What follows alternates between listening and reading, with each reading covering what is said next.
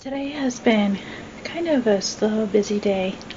It's been rainy and I had two kids that I babysat today, but it was kind of a rainy weekend, so I've been just in this slump, I guess.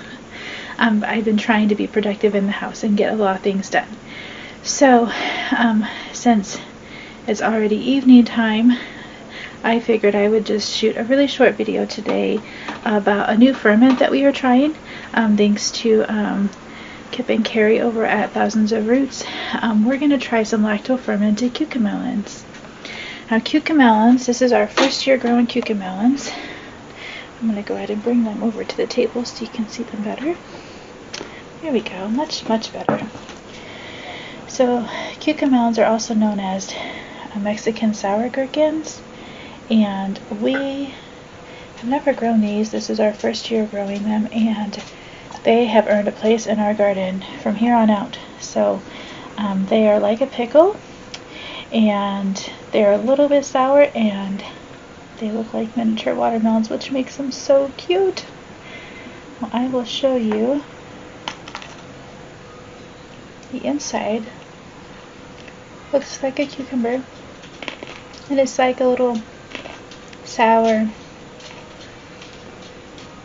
kind of like a cucumber taste with a little bit of lime or lemon on it. But yeah, they're pretty good. So my family is new to ferments. I have had a few, but I am new to making them on my own. So I'm going to show you what I'm doing. So for every quart of water, I used 1 tablespoon of salt. I use Himalayan salt. I might need more than a quart, but I'm just going to do it as a quart at a time and see how much I need, and then make as I need it. So for every quart of water, sorry about the lighting. For every quart of water you'll need 1 tablespoon of sea salt or regular salt, and then they suggested using a tablespoon or 2 of your favorite fermented juice. Right now we don't currently have any ferment, so I decided to try some pickle juice, and just some random pickles that we had in our refrigerator. So hopefully, as I work through making more fermented stuff, I'll be able to rely on that when I need it for stuff like this. So we have our 1 tablespoon of salt in here, and I did 2 probably teaspoons of pickle juice in this, stirred it all up, and then we're going to go ahead over here. I'm actually just going to move it all over here. I think the lighting's just a lot better on the table. To my jars, and I've rinsed all of my cucamelons. I know they're called Mexican sour gherkins, but cucamelons is just such a fun name. I actually started growing these because of Jess from Roots and Refuge, so she inspired me to do this, and I found quite a few more YouTubers that are growing them too, so it's really fun. I rinsed all of my cucamelons and washed all my jars, so we're going to try and fill these up and see how many jars we fill with our cucamelons. Well, that one filled up really quick. Let's see here. Yep. So I may have more jars than I thought I would. Now this really is like our 3rd harvest of our cucamelon plants. They have grown so well in our herb garden space. They have taken over, especially with this cooler weather, and they are just so tiny and so fun to harvest. I didn't know what I liked better, seeing all the little tiny flowers when they were budding. They're just miniatures. Or coming out there and seeing all the little tiny miniature pickle just hanging all over the place. Okay, I do think we are going to need some more jars, friends. I believe we are filling these up really quick. Okay, well, I will do this last one. And I will have to go in the back and get me a few more jars. that one can probably use a little bit more. So I went to the back and got some more jars. I found these really cute ones. So we're going to have a lot of lacto-fermented cucamelons, people. If you're a local friend or family of mine and you want to try some, you know where to find me. The first thing we're going to do is fill these jars with the saltwater brine. Probably not going to have enough, but I can make some more. Go ahead and get... I'm going to start with these little ones. What you want is you want the brine to cover the top of your cucamelons. This one has a few too many. Let's see if we can move them around. What you're going to end up doing after you put the salt water in is covering them with a grape leaf. They say that really helps keep pickles crunchy, and when you're fermenting stuff, it is a big plus to have something like that to help keep your stuff nice and crunchy. So we were able to do 3 pints, and I think these are more like half pints. And so I will make up some more brine, and then we will fill the rest of them. Okay, let's fill the rest of these jars with the saltwater brine.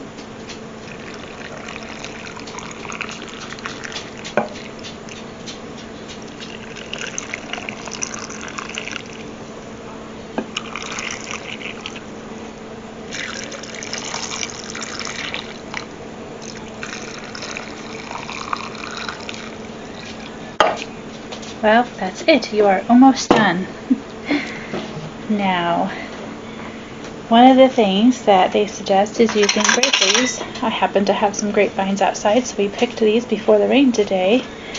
And what you want to do, so I'm going to show you this one, is you want to tuck the leaves all the way down along the sides and submerge the leaf completely in that brine. You don't want any of your cucamelons to be above that water. I feel like this jar needs a couple taken out of it.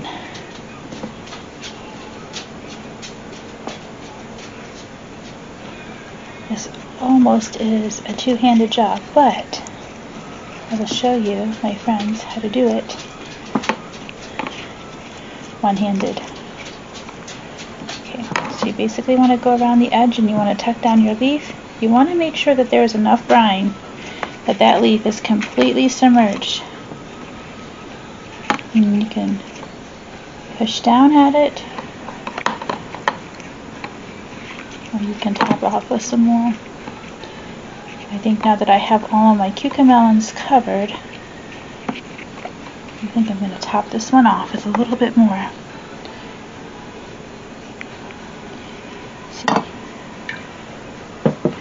So when you ferment something, you basically want to ferment under liquid, and so you want, like when you do sauerkraut and stuff, you use a cabbage leaf because you want all of your ferment stuff to stay below the liquid, which reduces the bacteria and the mold that can grow on top. Now, you will be burping these every day for about a week, and then after a week you can taste them to see if you like the flavor. If you want them to be fermented a little more, you can let them sit on your counter for a little bit longer, and then once they get to the flavor that you like, then you will just seal them. You won't have to burp them anymore, and you can just put them in your fridge. Sometimes you just have to push down and give them a little bit of pressure to get underneath that salt water.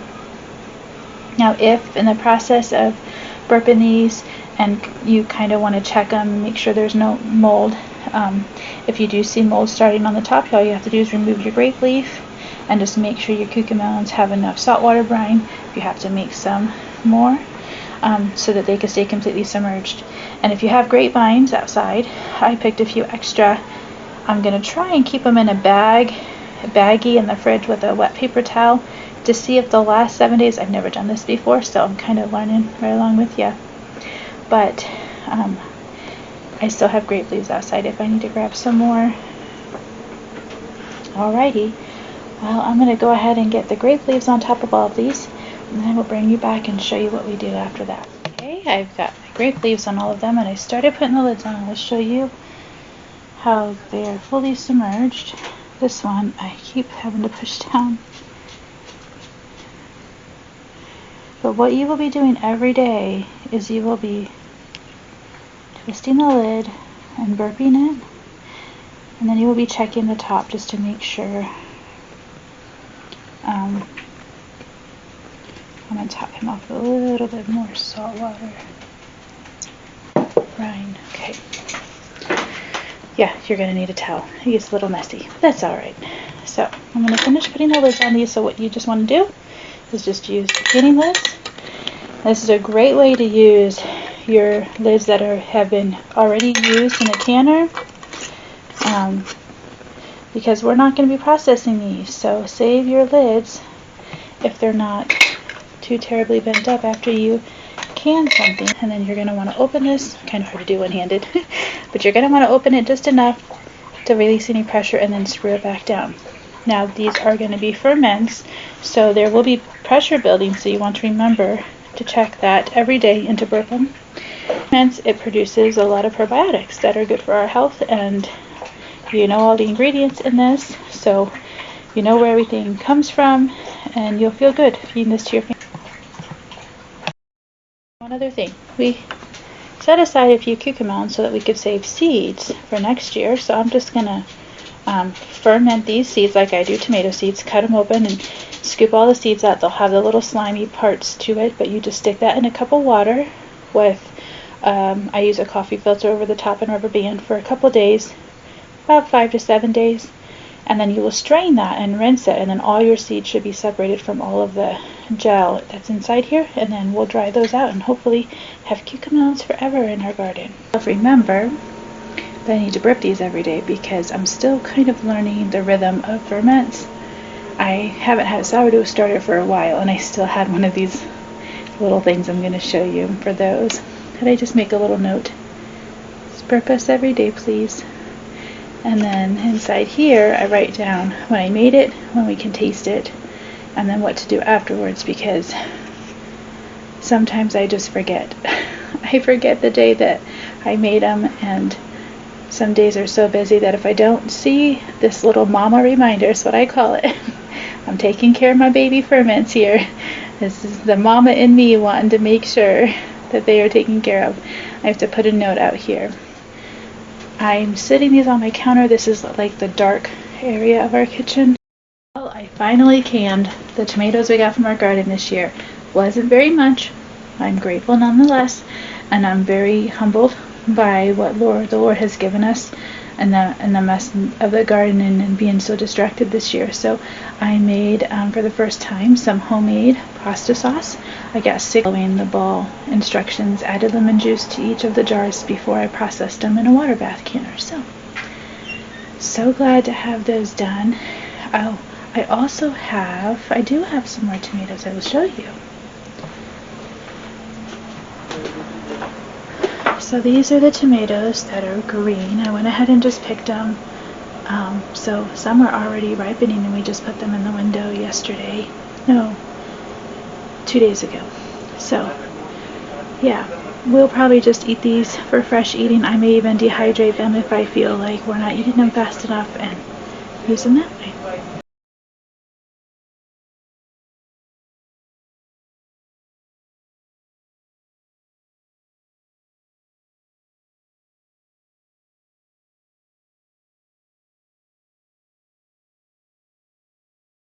Wasn't sure about this basket because it had this hole over here, but I figure it would be pretty to carry herbs in. And then I also got this little doily. I'm going to use, probably repurposing on a sweater or skirt or something. Speaking of sweaters, this is my clothing haul from that yard sale. So we got a whole bunch of different kind of sweatshirts. We got this little leather fur jacket, this gray one, this gray one. All of these are going to be redesigned in my Modesty and Grace boutique, if you're interested in that, I will leave a link below of what we have right now in our shop, and you feel free to take a look. Also got some shirts to put in Modesty and Grace. There's a green one. There's a black one. This one's really pretty. It's got some fringe. It's like one of those long shirts you would wear with leggings. And then there's this one. And then some cardigans. A red one and a gray one. And a light gray one. This one's really soft. And then I also got this leather jacket. I'm not exactly sure how I'm going to redesign this, but this rummage I went to, it was $3 a bag for clothes. So I ended up cramming all of this in 2 bags. So I was just grabbing what I felt like I could use for Modesty and Grace. And so this leather jacket was one of those things. I think I'm going to add something fun to it. Not exactly sure what. I got this dress that I think I'm going to turn into an apron. Then there's this hat that we're going to redesign for the shop. And then a pile of belts. I use these for making redesigned purses and adding them